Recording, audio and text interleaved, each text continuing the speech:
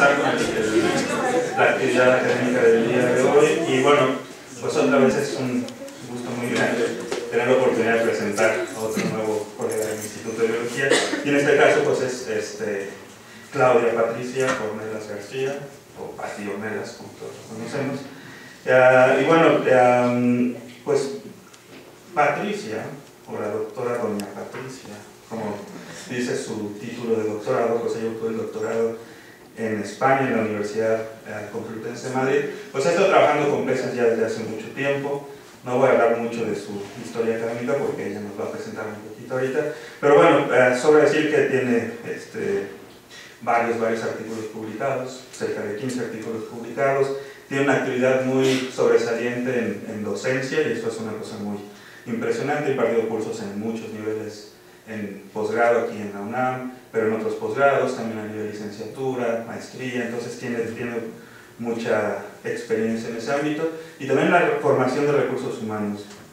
Yo que conozco a Pati desde hace unos 4 o 5 años, pues sí, me queda muy sorprendido de su compromiso con la enseñanza de los más jovencitos, ¿no? De los estudiantes que viven por ahí. Y bueno, no quiero hablar mucho, solo presentarles a Pati y nos va a hablar el día de hoy. Y solamente lo de siempre, ¿no? Como lo de seguridad, ya saben si son alarmas, si hay cualquier problema, pues tenemos que desalojar este lugar de forma ordenada. De la mitad del auditorio para allá salimos por aquella puerta y la mitad del auditorio para acá salimos por esta puerta. Y bueno, después de que nos platique sus planes y sus proyectos, va a haber una sesión de preguntas y después un café y galletas para seguir conversando con ellas. Pues adelante, Pati, muchas gracias. Muchas gracias. Yo les quiero dar también las gracias a todos por hacer un hueco para estar aquí. Para mí es un gran gusto presentarles una breve reseña de lo que he estado haciendo en los últimos años y espero podamos hacer una discusión al final. El título en realidad me llama a mí porque es realmente lo que me gustaría a mí hacer en el Instituto de Biología. Me gustaría hacer evolución y cuáles son estos mecanismos que están influenciando los procesos de diversificación en peces de agua dulce. Y como decía el doctor Oseguera, me gustaría hablar un poquito de la formación y de por qué hoy puedo estar aquí enfrente de ustedes hablando. Soy egresada de la Universidad Autónoma de Querétaro. En el 2003 salí de la licenciatura. Mi profesor, el que me enseñó los primeros pasos en la ictiología, fue el doctor Edmundo Díaz Pardo, investigador del Instituto Politécnico Nacional, que estaba retirado en la UAC. Posteriormente, con él hicimos varios trabajos de biología de la conservación, que voy a hablar brevemente de lo que hicimos, pero pues bueno, mucho de lo que son mis inicios se deben gracias a él. Posteriormente tuve la oportunidad de trabajar con el doctor Ignacio Doadrio, que está en el Museo de Ciencias Naturales en España, en el CETIC, y bueno, mi doctorado fue en Biología de la Conservación. El título lo obtuve por la Universidad Complutense de Madrid. En el 2011 tuve la oportunidad de hacer una breve estancia, alrededor de 5 meses, en el Instituto Max Planck, con el doctor Dieter Taubes, que también tuve mucha suerte de haber podido interactuar con él. Y un poquito más reciente, mediante algunas becas de FOMEC y AMC, tuve la oportunidad de hacer una breve estancia con el doctor Joshua Ross y voy a presentar parte de los resultados que se obtuvieron en esta estancia del año pasado. Pero en cuanto a la experiencia profesional, básicamente he tenido la oportunidad de estar de contrato postdoctoral en algunos institutos del país. Mi primer contrato postdoctoral fue con la Universidad Autónoma de Tlaxcala, en colaboración con el doctor Armando Bautista, haciendo cuestiones de comportamiento y de conducta en peces. Posteriormente tuve la fortuna de también estar aquí en el Instituto de Biología, haciendo un proyecto de límites de especies. Y finalmente en el 2015 me incorporé en el contrato o en el programa de cátedras de joven investigador de CONACYT en la Facultad de Ciencias de la Universidad Autónoma de Querétaro. Como líneas de investigación, estos son como los grandes temas que a mí me han llamado mucho la atención.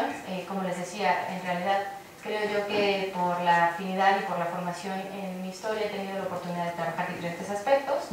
Definitivamente los límites de especies es un tema que para mí me parece interesante de abordar. La sistemática son como ejes medulares de mi trabajo.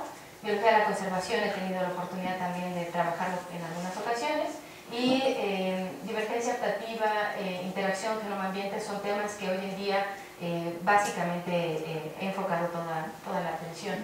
Y bueno, aspectos de morfología porque son realmente relevantes para abordar este tipo de preguntas más evolutivas. Entonces, bueno, como les decía, quería hablar un poco en una escala temporal, pero haremos saltos en el tiempo. Mi primer trabajo en la licenciatura fue un poco marginal, pero me pareció bastante formador. Fue revisar cambios en las comunidades de peces y el fenómeno de la homogenización de la biodiversidad. Justamente tuve la oportunidad de trabajar en una de las cuencas más grandes de México, que es el Lerma Chapala, también de las que presenta la mayor diversidad ectofaunística, y de primera mano pudimos ver cómo están disminuyendo las poblaciones de especies nativas por un recambio en las especies exóticas.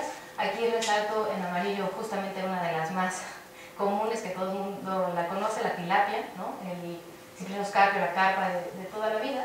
Pero bueno, finalmente lo que vemos es que estas poblaciones de especies exóticas fueron reemplazando a las nativas. En esta gráfica lo que quería presentar es arriba en el título, es especies nativas, hay un decremento sistemático en las décadas recientes, y justamente no importa el hábito en especies béticas, en especies tolerantes, en especies sensibles, tenemos todos la misma tendencia, una reducción en el incremento de las especies exóticas. Mi tesis de licenciatura fue una tesis asociada justamente a la biología de la conservación. Visto este proceso de pérdida de la diversidad de especies nativas, una de las especies que nosotros decidimos abordar fue un podeido, que son una especie nativa para la mesa central, y para el líquido volcánico, perdón, y lo que tenemos es justamente una población que estaba en peligro de extinción porque históricamente se habían registrado 16 poblaciones y en el momento en que yo empecé a hacer la tesis solo quedaban 4. Parte de la problemática de estas 4 poblaciones que presento aquí es justamente las tenemos, no sé cómo simular, aquí. Tenemos 4 cuencas o subcuencas, este es el río Lerma, y tenemos 4 poblaciones, el río Turbio, que es un afluente, el río La Laja, en la población de Salamanca, la subcuenca del Cuitzeo y el río Grande de Morelia. Todos ellos tienen diferentes impactos de tipo urbano, de tipo industrial. La población de Salamanca posiblemente es la más drástica, es un ¿sí? Muchas gracias.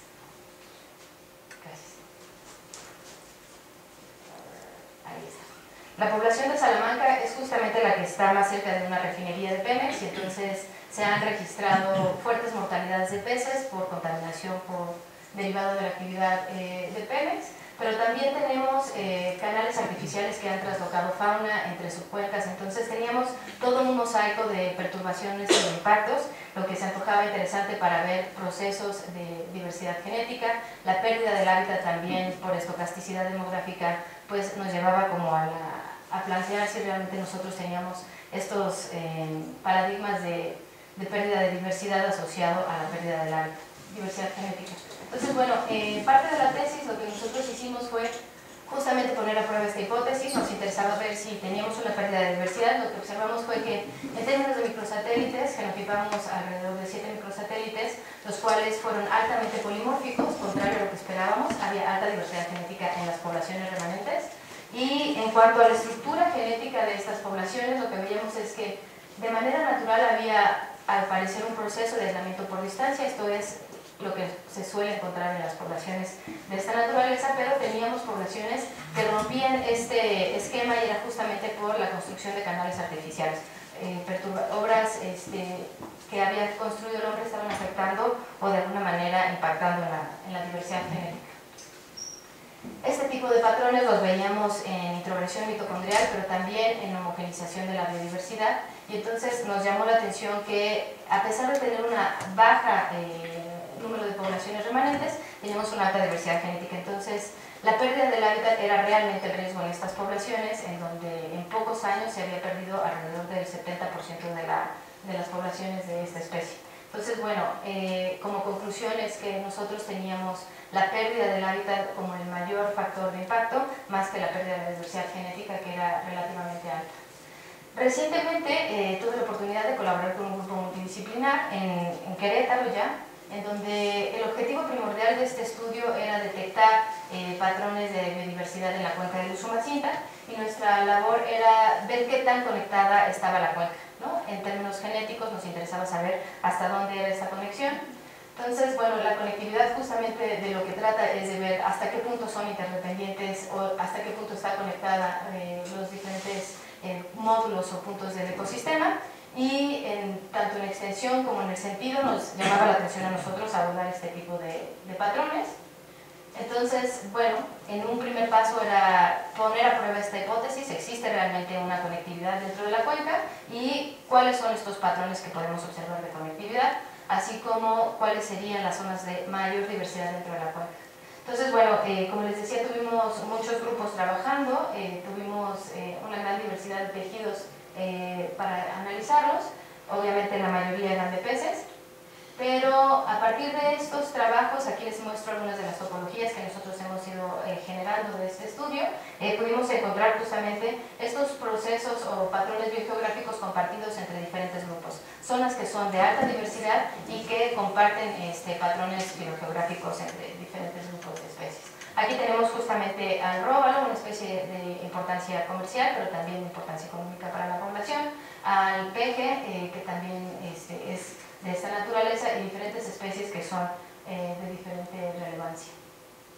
Algo que nos llamó la atención es que a priori nosotros consideramos algunos grupos como buenos indicadores de conectividad genética, y lo que pudimos observar es que justamente dentro de los mismos géneros podemos tener patrones contrastantes, ¿no? En el caso del género Dorosoma encontramos una especie que es anale, que se distribuye prácticamente en toda la cuenca y que, como su nombre lo indica, la aleta anal es mucho más prolongada, lo que nosotros sugeríamos que desde morfología funcional podríamos tener atributos de las especies que podrían estar determinando estos patrones de dispersión dentro de las cuencas, ¿no? Que son interesantes de abordar. Y por otro lado tenemos grupos en donde a la fecha se han explorado muy poco, tanto genética como morfológicamente, y que podrían dar la pauta para generar líneas de investigación completas. Entonces, bueno, esta es una línea que seguimos desarrollando. La parte de sistemática, como les decía, es parte medular de mi formación, y justamente como parte de mi tesis de doctorado llevé a cabo un trabajo de reconstrucción filogenética del género Astianax. Tuve la suerte de estar en un laboratorio en donde se contaban ya con muchas muestras para el género de Centroamérica, entonces fue fácil relativamente completar el muestreo para llevar a cabo una reconstrucción filogenética. ¿Y por qué era tan interesante este género? Bueno, básicamente es un ejemplo de capacidad de dispersión. Como lo vemos, es uno de los géneros más ampliamente distribuidos en el continente, de agua dulce, si no es que el más. También lo encontramos en una gran diversidad de hábitats, entonces se antojaba interesante para plantear hipótesis biogeográficas y taxonómicas. Taxonómicas por esto, porque tenemos una gran diversidad de especies descritas, una variación morfológica importante, y que se había sugerido previamente para este género. Entonces, bueno, con nuestras hipótesis filogenéticas lo que quisimos es contrastar estas hipótesis previamente sugeridas para el género, y básicamente lo que observamos fue que muchas de las especies propuestas no se recuperaban monofiléticas, pero algo bastante interesante fue que incluso géneros que habían sido descritos para la región de caraciformes, como es el género Bramocarax, lo encontrábamos en realidad polifilético, haciendo Astianax parafilético, porque lo encontrábamos en diferentes eventos de la historia evolutiva de esta raza. ¿A qué nos referimos con esto? Pues que en realidad se trataba de una forma lacustre. Siempre lo encontrábamos en lagos y filogenéticamente siempre estaba más asociado a su especie hermana Astianax, ¿no? Entonces, a lo mejor para mí en ese momento eso era una aportación nueva para el género, pero también ya se había mencionado antes que las poblaciones de cuevas, las adaptaciones troglobias, también tenían patrones similares de convergencia evolutiva en diferentes episodios del género. Entonces, Astianax justamente abría esta ventana de una morfología bastante plástica, bastante pronta para llevar a cabo procesos de especiación convergente, y entonces, bueno, a nosotros nos pareció interesante seguir abordando este tema. El género, como les decía, se distribuye básicamente desde la Patagonia hasta Estados Unidos, y entonces cuando llevamos a cabo la reconstrucción filogenética, muchas de las hipótesis de patrones biogeográficos podían ponerse a prueba en esta reconstrucción. Entonces, pues nos dimos a la tarea. Primero era justamente la colonización de Centroamérica, el primer paso para peces de agua dulce. Existe mucha controversia en cuándo fue la primera ocasión. Entonces, pues con relojes moleculares, utilizando registro fósil y tasas de evolución, llevamos a cabo pues la propuesta de una hipótesis biogeográfica de bicalianzas y dispersiones que explicaba mejor los procesos de filogénesis en el grupo. Derivado de esta filogenia, pues hemos tenido muchos productos, entre ellos pues hipótesis filogenéticas para las especies dentro, pero también pues ahora mismo estoy trabajando en descripción de nuevos taxones y bueno, ahora hago un salto porque también durante la tesis de doctorado trabajamos con la reconstrucción de una filogenia en otra familia, endémica de México. En esta ocasión es la familia Profumbulidae. Esta familia, cuando nosotros empezamos a trabajarla, existían trabajos parciales del subgénero, etc. Y en realidad para la familia existía poca información que incluyera todas las especies presentes y una buena área de distribución.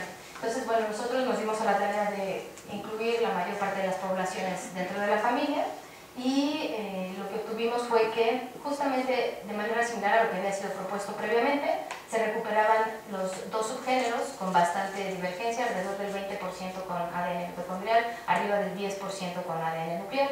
Y esta es una filogenia consenso de matriz de caracteres combinados. Listo. Entonces, una cosa que nos pareció interesante es que de manera similar a lo que teníamos en las tianas, habíamos recuperado linajes que previamente no habían sido identificados y que podrían tratarse de nuevos taxones. Entonces, bueno, hicimos una propuesta o sometimos con métodos bayesianos a prueba diferentes hipótesis taxonómicas y lo que obtuvimos es que con probabilidades posteriores de Bayes son métodos para delimitación de especies. Lo que queríamos ver era todos aquellos grupos que se soportaran por arriba del 95% potencialmente podrían corresponder con especies nuevas. Y lo que vimos es que actualmente la hipótesis taxonómica incluye 8 especies, pero podríamos elevar la diversidad de esta familia en 4 especies más. Entonces, bueno, esto nos pareció bastante interesante.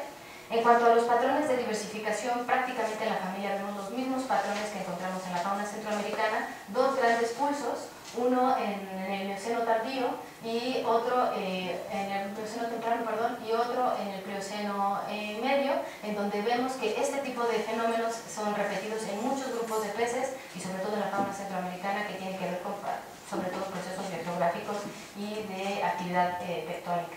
Entonces, bueno, eso nos pareció interesante para la región.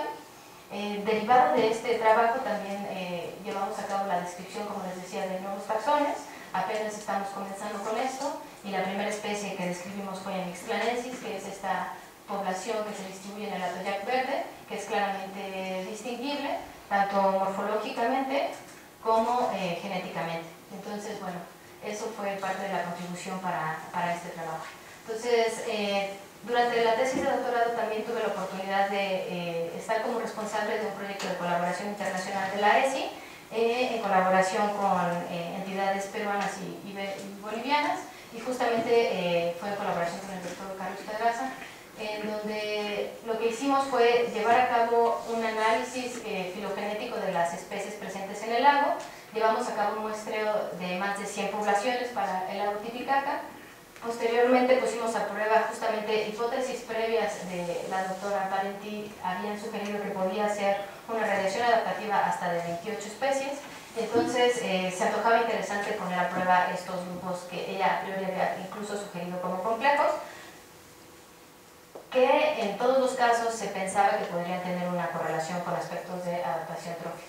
Entonces, bueno, aquí les presento uno de los complejos que, como pueden ver, es bastante dramática y drástica la divergencia morfológica entre ellos. Estos son ejemplares tipo, por eso están un poco maltratados, pero como pueden ver, tenemos a una especie ichtiófaga hasta una especie filtradora, en donde realmente las modificaciones morfológicas son bastante drásticas.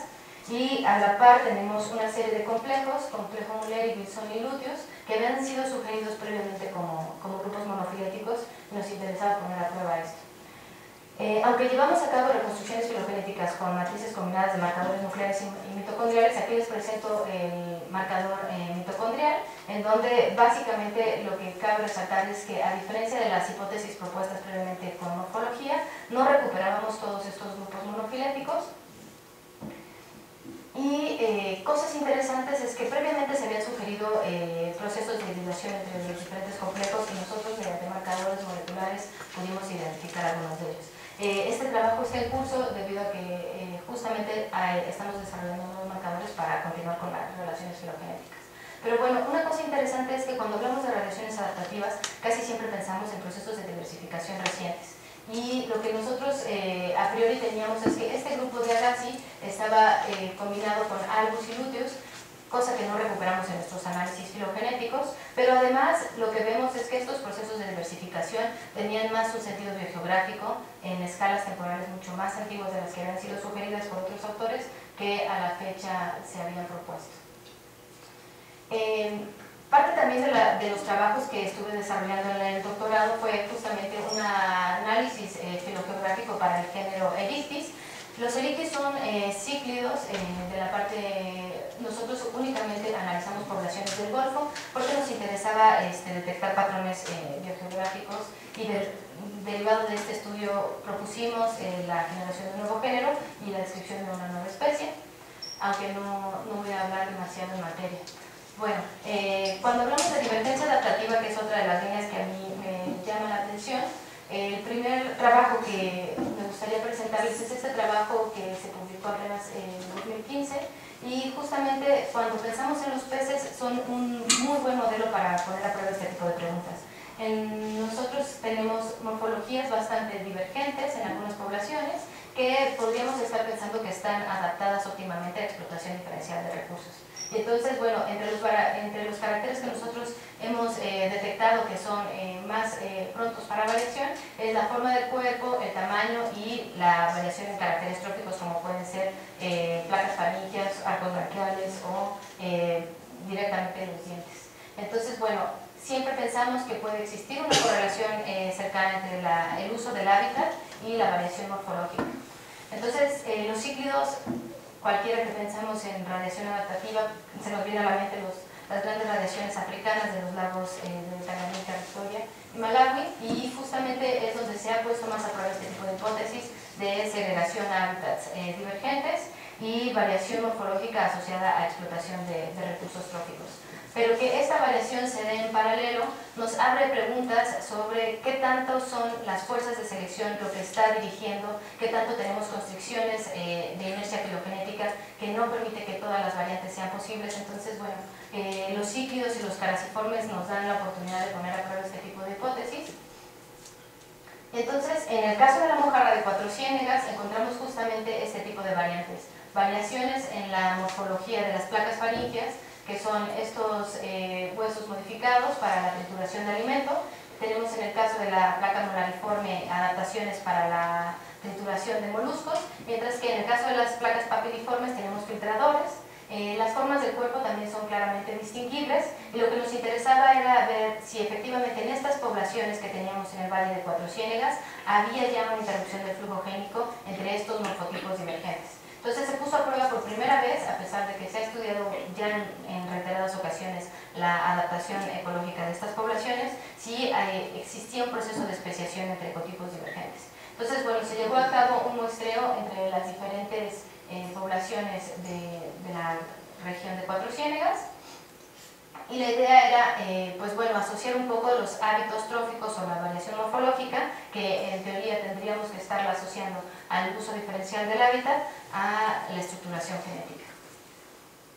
Como pueden ver en este gráfico, encontramos de manera general dos grandes grupos que estaban relacionados con las formas, una forma más pelágica, que era esta forma más alargada que les mostraba antes, y una forma más bentónica, que es estos cuerpos altos. Este tipo de procesos los encontramos casi siempre en procesos de especiación lacustre, en cíclidos, sobre todo en la región centroamericana y africana, y también encontramos dos claros grupos de variación morfológica en las placas faringias. Sin embargo, este tipo de variación no se correlacionaba con la variación molecular encontrada.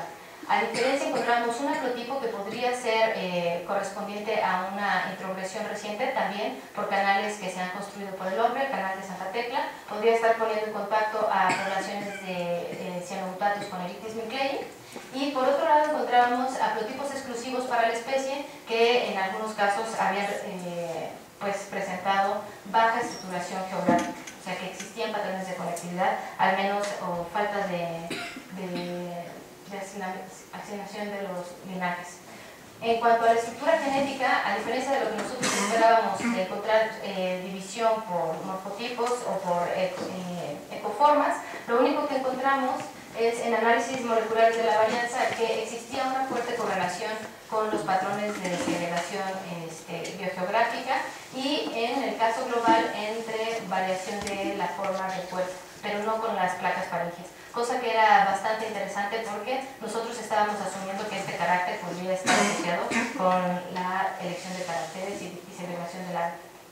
Otro trabajo de manera similar de variación morfológica relacionada con divergencia adaptativa es un trabajo que llevamos a cabo con carasiformes.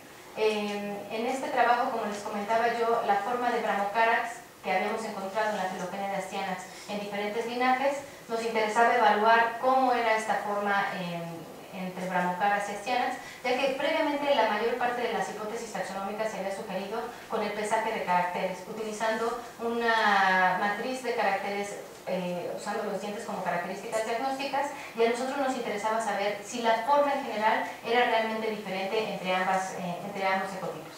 Entonces, a priori lo que sugerimos fue llevar a cabo un análisis morfométrico dentro de una de las lagunas en donde encontrábamos a ambas formas en simpatría, y nos interesaba también ver genéticamente si teníamos estas correlaciones. Entonces, de entrada hicimos un análisis morfológico utilizando estos atributos y vimos que efectivamente había diferencias significativas entre lo que se conocía como Astyanax y Brachocarax, eran formas realmente diferentes, y que estas variaciones de la morfología estaban asociadas principalmente a la cabeza, a la altura del cuerpo y al pedúnculo caudal, que desde una hipótesis morfofuncional podríamos estar pensando en que tienen diferentes hábitos ecológicos, pero similar a lo que nos pasaba con los cíclidos, no encontrábamos una correspondencia entre la variación nuclear y mitocondrial.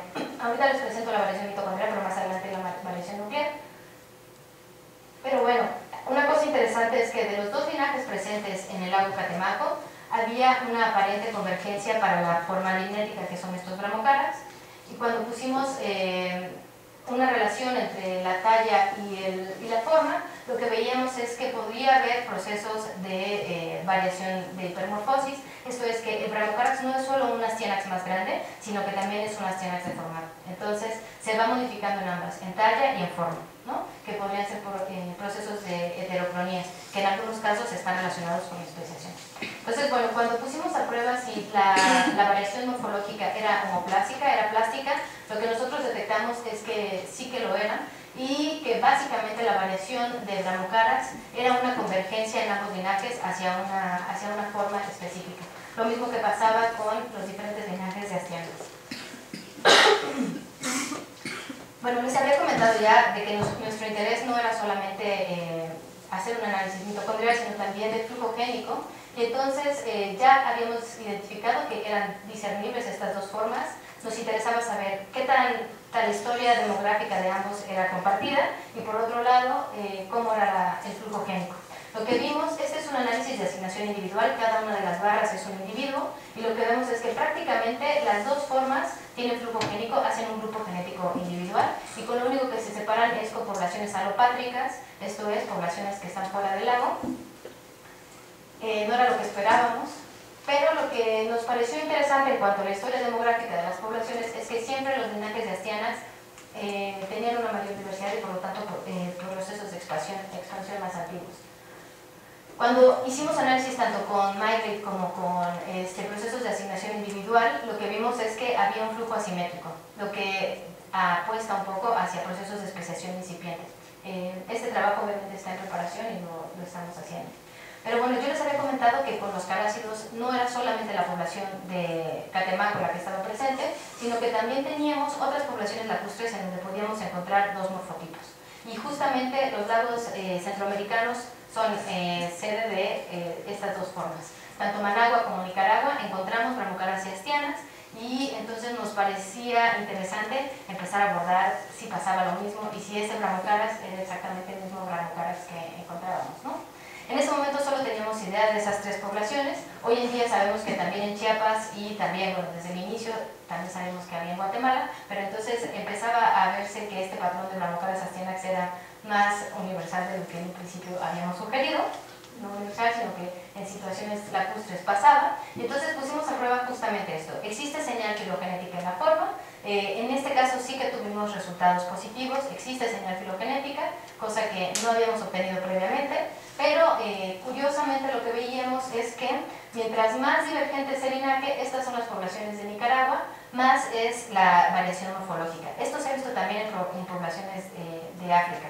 Mientras más divergentes o más tiempo de divergencia llevan las formas, pues más tiempo llevamos de divergencia. Esto es contrario a lo que nosotros esperaríamos con una variación completamente plástica, ¿no? Esperaríamos que rápidamente las poblaciones pudieran segregarse. Y lo que estamos viendo es que hay, de cierta manera, una inercia filogenética. Entonces, bueno, en términos de variación morfológica hay una pregunta que a mí me ha llamado mucho tiempo la atención y es, ¿varía la forma homogéneamente? O sea, ¿toda la forma podemos considerarla como una unidad o tenemos realmente módulos separando la variación morfológica? Y entonces, actualmente existen ya las herramientas para poner a prueba estos procesos de evolución modular, en donde lo que nos interesa es, a partir de una forma completa, segregar diferentes módulos que a priori uno podría diseñar ya sea por hipótesis de biología del desarrollo o por hipótesis de biología funcional. Por ejemplo, uno bastante clásico que se ha utilizado incluso en cíclidos es la cabeza versus el resto del cuerpo, pero tenemos más hipótesis que nosotros hemos sugerido. Y por otro lado, utilizando radiografías, imágenes de radiografías, utilizamos también el mismo principio, ver si dentro del cráneo teníamos un tipo de variación modular, utilizando justamente módulos que han sido propuestos en otros grupos, como puede ser la parte anterior de la cabeza que corresponde al hocico, ¿no? del pez. Entonces, lo que pudimos observar es que efectivamente había ciertas regiones que estaban variando más dentro de los grupos, al menos en los cráneos, pero de manera general, o la respuesta que tuvimos es que sí existen ciertos patrones de modularidad en el caso de Astyanax. Casi siempre era en la porción anterior de la cabeza o del cráneo. Tanto para el caso de los Astyanax como para el caso de los Gramocaras, podemos ver bajos coeficientes de correlación, lo que significa es que están variando de manera independiente. En cuanto a las hipótesis que sugerimos de variación morfológica en todo el plan corporal, lo que vimos es que cada una de las formas tiene diferentes módulos, y esto también es interesante, porque lo que esperábamos es que Bramocaras tuviera ciertos módulos y Astyanax tuviera otros distintos, y así fue. Entonces, esto es un análisis para ponderar las hipótesis de modularidad, y lo que vimos es que efectivamente, aunque la hipótesis 1, que es la cabeza versus el cuerpo, era consistente entre ambos morfotipos, lo que vimos es que el resto de hipótesis se soportaban de manera diferencial dependiendo de la forma, ¿no? Y estas hipótesis eran diferentes cuando combinábamos los sets de datos. Entonces, bueno, aquí abre ventanas para diferentes aspectos. Bueno, como les había comentado al principio, a nosotros nos llamó mucho la atención cuando hicimos las primeras hipótesis de taxonomía en Astyanax, que no todas las especies que se habían registrado previamente se recuperaban, pero sin embargo había especies que nosotros detectamos como nuevos que no habían sido identificados previamente con morfología. Entonces, ahora estoy trabajando justamente en la detección de caracteres que podrían ser buenos en la delimitación de especies, justamente en grupos en conflicto. Entonces, hasta ahora hemos ido trabajando con una serie de variables para poder llegar a estas hipótesis taxonómicas. Finalmente, en aspectos morfológicos también es interesante procesos de desplazamiento de caracteres. ¿A qué nos referimos con esto? Pues en poblaciones simpátricas lo que nosotros esperaríamos es que bajo fuerte competencia interespecífica estos caracteres puedan estarse segregando dependiendo del uso diferencial. Entonces aquí tenemos una población que básicamente lo que vemos es una gradación de las formas, y lo que vemos es que en poblaciones simpátricas tenemos un fuerte desplazamiento de estos caracteres. Este es el número de radios en la aleta dorsal, pero sin embargo en poblaciones alopátricas que no están en los mismos sitios no encontramos estos patrones de solapamiento. Entonces, bueno, en algunos caracteres es más acusado que en otros, pero de manera global podemos encontrar este tipo de patrones de simpatría versus alopatría que seguimos completando. En el caso de los límites de especies, como les comentaba yo antes, hay grupos que están en conflicto taxonómico, como es el género Astyanax, y justamente Astyanax eneus, cuando nosotros hicimos la primera reconstrucción en 2008, incluía alrededor de 7 especies, que cuando nosotros vimos la filogenia no se recuperaban. Entonces, pues se antojaba hacer un trabajo en donde, utilizando diferentes criterios de delimitación, podríamos llegar a un consenso.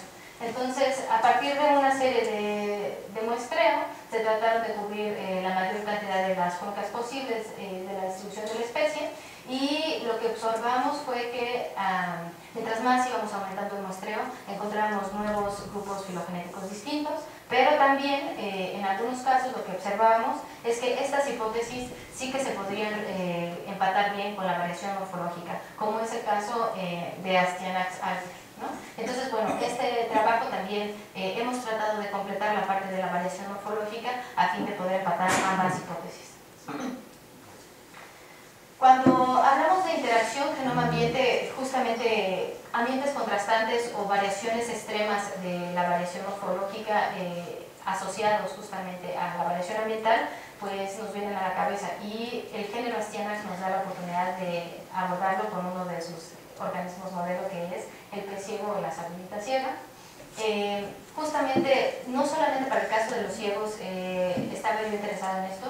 Este trabajo de patrones de expresión diferencial comencé yo con un interés más hacia la parte de Bramocaras y Astyanax, ver la interacción entre el fenotipo y el genoma, y entonces, de momento, en colaboración con el doctor Josh, que ya ha hecho trabajos de patrones de expresión diferencial entre ambientes contrastantes para Astyanax, hicimos un análisis similar para el caso de Bramocaras y Astyanax. Entonces, de momento, justamente hemos estado aumentando, como les decía, la base de datos de variación entre Bramocaras y Astyanax, empatándolo con los diferentes sistemas de Nicaragua y México, pero lo que podemos ver es que existen ciertos genes, sobre todo del sistema inmune, de MHC, y algunos del metabolismo, que sí están expresándose de manera diferencial entre ambos y de manera bastante drástica entre los diferentes morfotipos, este es Astyanax y este es Bramocaras. Entonces, bueno, en cuanto a los proyectos en este modelo de estudio, obviamente tenemos varias líneas de investigación en curso. Parte de lo que se ha hecho ahora mismo en los últimos 2 años es incrementar el número de muestras que tenemos en linajes, distribución de linajes, patrones de flujo génico, caracterización de variantes en algunos genes ya caracterizados en otras poblaciones, en poblaciones silvestres, y patrones de evolución morfológico, así como interacciones parásitos-PD. Proyectos en colaboración que están ahora mismo en curso es un proyecto de variación asociado al cráneo en términos de diversificación trófica entre Bramocaras y Astyanax, pero también entre poblaciones de cuevas y superficies, utilizando imágenes de CT scans en colaboración con Joshua. También el año pasado tuvimos oportunidad de aplicar para una convocatoria de ECOSNOR y tenemos aprobado este proyecto para hacer evaluación de caracterización ecológica en diferentes poblaciones. Nos interesa saber, obviamente, variación ecológica y también la conectividad genética, así como establecimiento de poblaciones troglóreas en cautiverio. En cuanto a la formación académica, básicamente mi experiencia, me gustaría decir que es tan amplia como la mencionaba Alex, pero tenemos apenas este comienzo. Tuve la oportunidad de dirigir el trabajo de tesis de maestría de Pamela Bermúdez en la Universidad de Tlaxcala, haciendo un análisis de caracterización de ecotipos, de dietas de ecotipos lacustres, justamente los Bramocaras y Astyanax, en donde lo que nos interesaba ver era la amplitud de nicho de estos dos ecotipos y ver si había una segregación entre ambos mediante contenidos estomacales y análisis de isótopos. Lo que pudimos rápidamente ver es que efectivamente la forma generalista corresponde con Astyanax, mientras que hay una forma piscívora que corresponde con Bramocaras. Y bueno, estos análisis en colaboración también con Fernando Córdoba y con el doctor Luis Zambrano, se han hecho análisis de isótopos estables para ver concordancia con los resultados obtenidos en las dietas. Desplazamiento de caracteres también aquí en el caso de caracteres asociados al número de filamentos branquiales, y asociaciones entre la diversidad trófica y la dieta que estamos analizando. Andrea Herrera está desarrollando en Querétaro su tesis de licenciatura en patrones filogeográficos para la especie Astyanax mexicanos, haciendo un especial énfasis en poblaciones de cuevas, y actualmente está activo.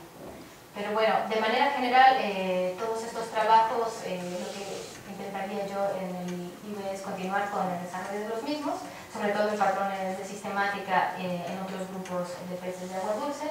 Empatar patrones biogeográficos, como lo decíamos, ya hemos generado una matriz de datos importante en diferentes grupos taxonómicos, que ya podríamos empezar a analizarlos en términos de patrones comunes, interacciones entre el genoma y el ambiente en aspectos de transcriptomas, y evolución morfológica, obviamente toda esta parte de morfología en 3D, descripción de nuevos taxones y contribuir con el trabajo a lo que se pueda de biología de conservación.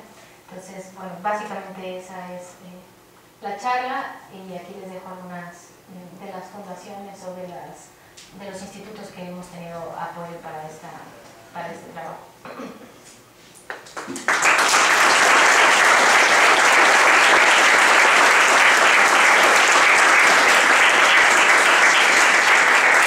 Bueno, tenemos tiempo para varias preguntas.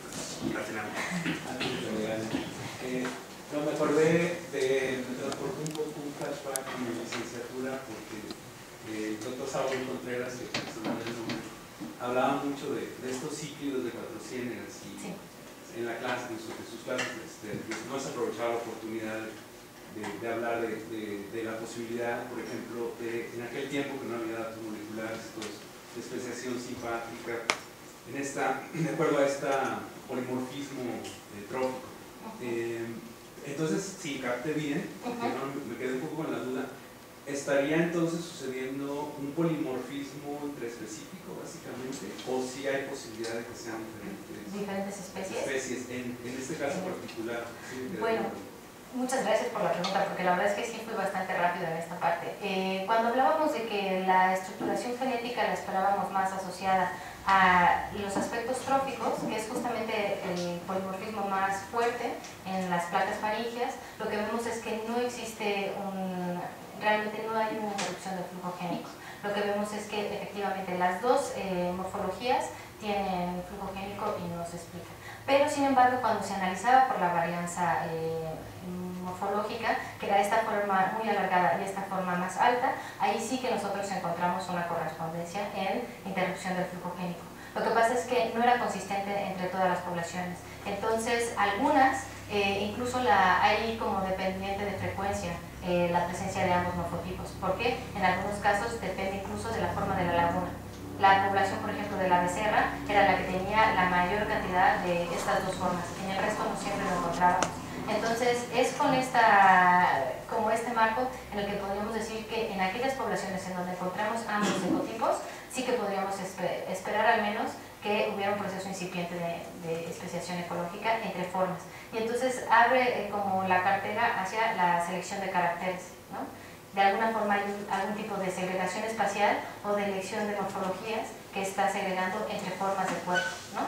Pero que la placa faríngea es un poco más plástica, que de hecho ya hay varios trabajos, existen varios de Hulsey que han hecho incluso experimentos de jardín común para ver, y efectivamente es bastante plástico.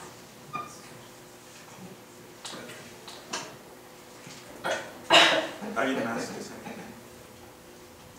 Bueno, lo que se animan, en el ejemplo de desplazamiento de caracteres de dos especies que cuando están juntas se diferencian mucho morfológicamente, y cuando están separadas supongo que no se diferencian también morfológicamente.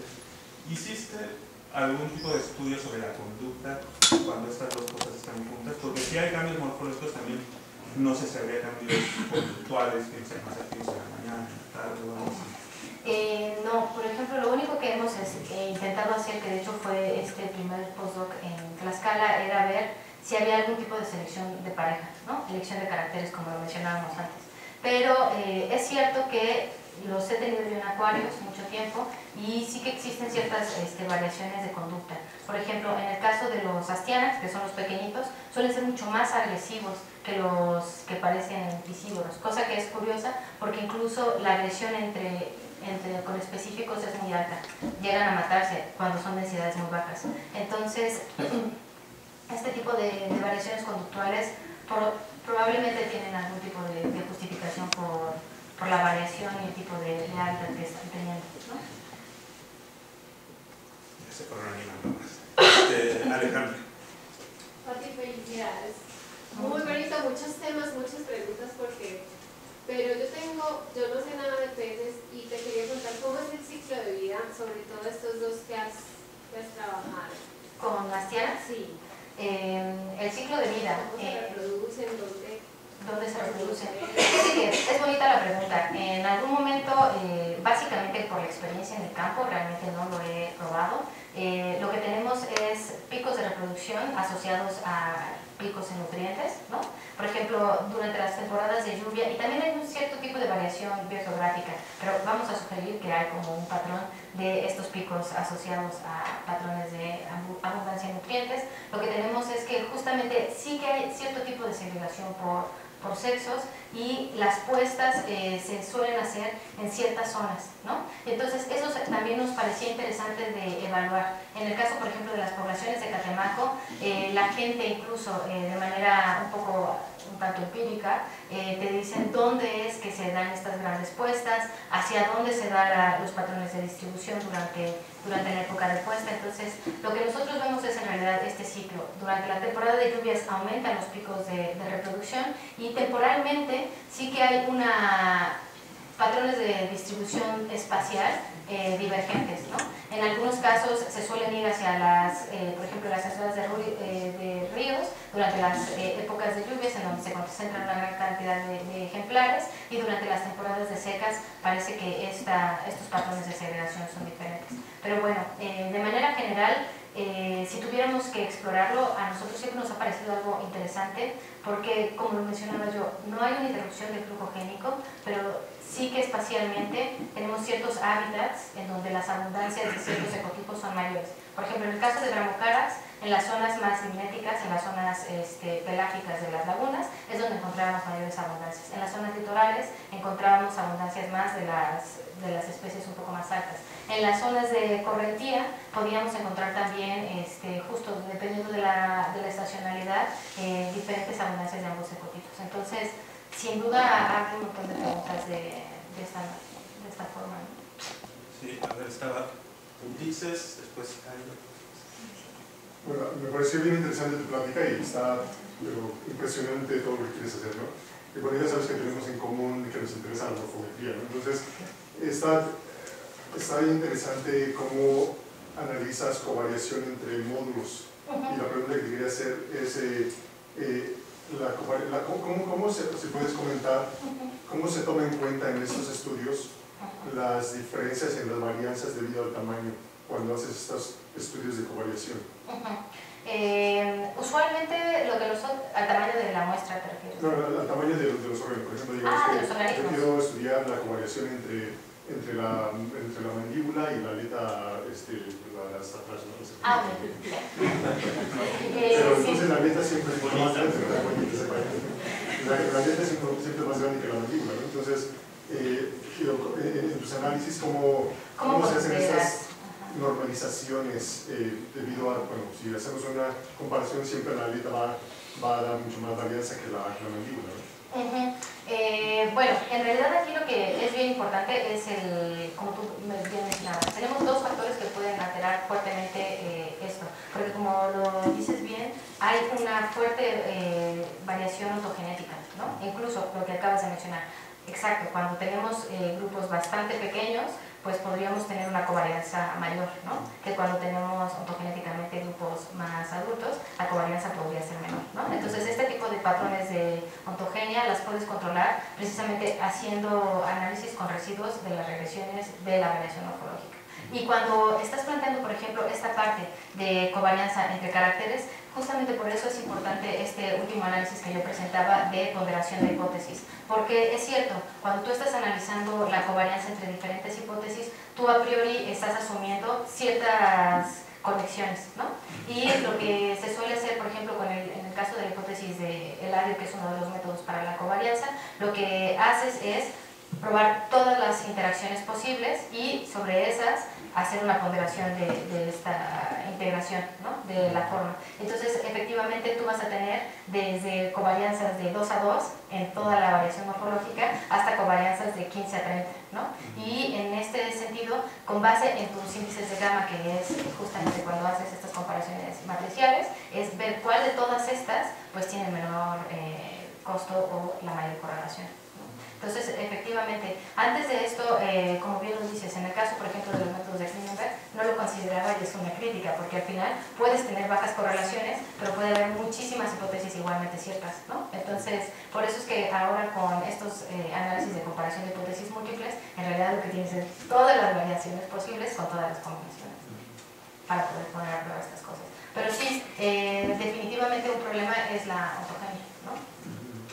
Entonces siempre se trata de comparar o utilizar métodos de regresión, ¿no? O sea, utilizar los residuos para normalizar. Reparte mi pregunta era con respecto a las implicaciones taxonómicas de la filogenia del contraste Abramo-Caras. Hay humanidad en varias partes de la filogenia de las tierras. ¿Qué pasó con eso? O sea, ¿cuál es la conclusión? O sea, ¿hiciste cambios? Ya me puse nerviosa porque esa es una discusión que hemos tenido Héctor y yo justamente. Bueno, sí, efectivamente, cuando encontramos por primera vez esto, Héctor está también conmigo en esto, que habíamos discutido, entonces invalidaríamos un género entero. Mi propuesta es que sí, que efectivamente Bramocarax en realidad es una forma lacustre, ¿no? Y entonces lo que estamos teniendo es que durante la historia evolutiva de Stianax pues tenemos formas de cuevas en diferentes linajes, pero también tenemos formas lacustres, que es este género Bramocarax, ¿no? Que está en diferentes lagunas. Y entonces la hipótesis a priori no era, aquí entraríamos una vez más a los conceptos de especies, ¿no? Nosotros podríamos pensar que bajo el criterio ecológico y con el sustento que ya tenemos de diversificación de nicho trófico, pues podrían corresponder efectivamente con especies válidas, ¿no? Entonces sería una especie con dos especies, un género con dos especies, ¿no? En el caso de los sistemas lacustres. Pero en algún, por ejemplo, en el caso de Astianax de Eneus y Caballero de Catemaco, lo que tenemos es incluso evidencia de un flujo asimétrico.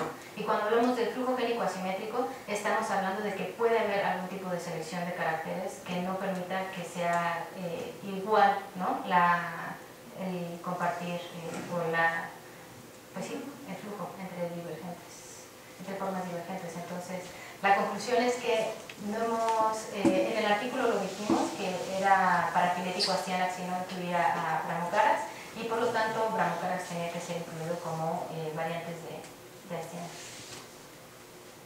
Sí. Hola, Cintia. Oye, en tu línea de investigación tú quieres estudiar la relación parásito-hospedero. ¿Nos podrías comentar si has visto algún parásito en vida silvestre y cuál sería tu tipo de estudio, tal vez como lo veníamos platicando, asociándolo con el complejo NHC?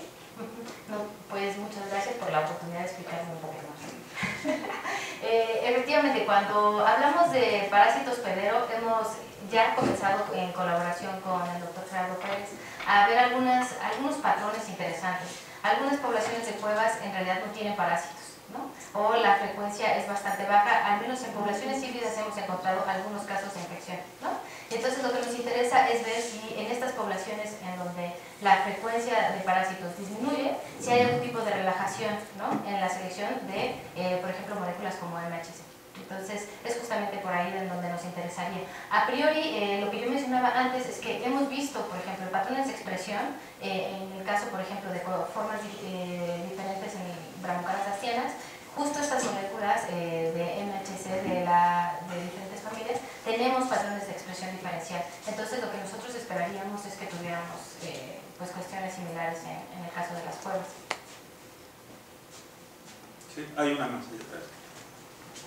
Papi, ¿este flujo asimétrico en Catemaco lo puede estar dando el hombre? ¿Lo puede estar dando el hombre? ¿Por presión de pesca? Sí. ¿Sí? Es interesante. sea un pez que le guste más, una forma que le guste más. Y esa es la que pesca. Ok. Esa es una pregunta bonita porque al principio nosotros lo que veíamos es que la abundancia, ¿no?, de estas formas está exclusivamente dentro del lago, ¿no? Y entonces lo que nosotros vimos es que el flujo asimétrico es más bien de Astianax a Bramocarax, y lo que veíamos es que fuera del lago lo único que hay en mucha abundancia es este linaje, ¿no? Y entonces, al contrario, el Bramocarax prácticamente no tiene flujo génico con astianas, ¿no?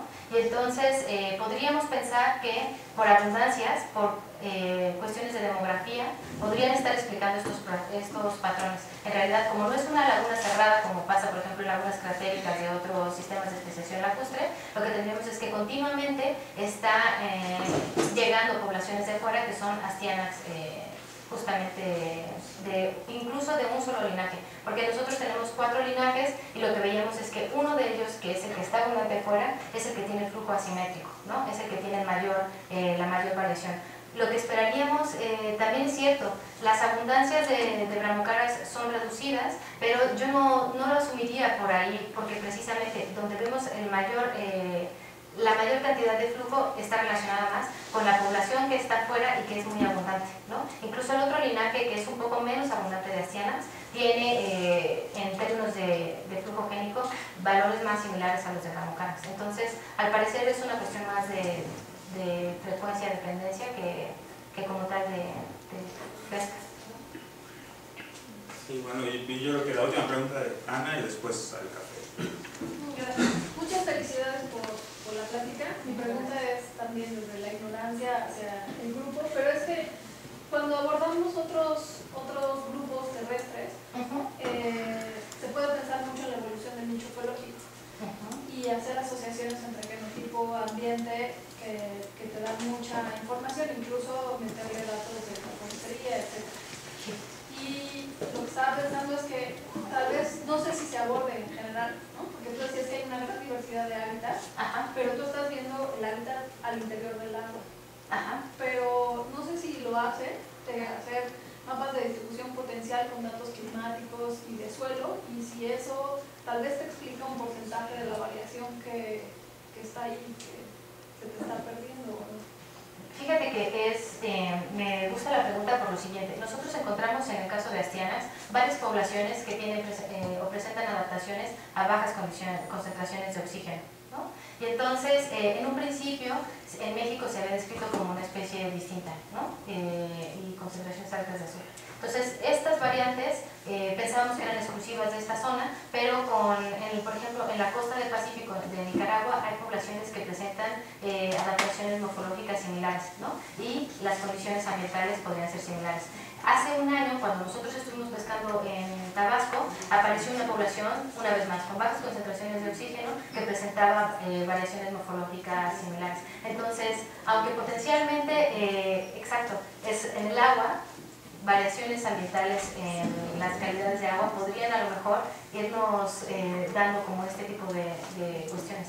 Lo de poblaciones lacustres es también obviamente interesante ver que en un principio estas poblaciones de Chiapas también las presentan, en Nicaragua y en Guatemala, y por ejemplo hay un Oligocarpus que, si mal no recuerdo su género, en Brasil, que también presenta una morfología muy similar. Entonces podríamos estar llevando como a diferentes regiones biogeográficas patrones de convergencia, ¿no? Y definitivamente el ambiente en algunos casos importa, ¿no? Muchísimo.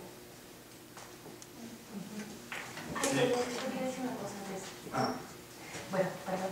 Ya únicamente para terminar, yo quiero dar las gracias al Instituto por darme la oportunidad de trabajar aquí, y también a Víctor por darme la confianza, al igual que a Enrique y a Tilano, y espero trabajar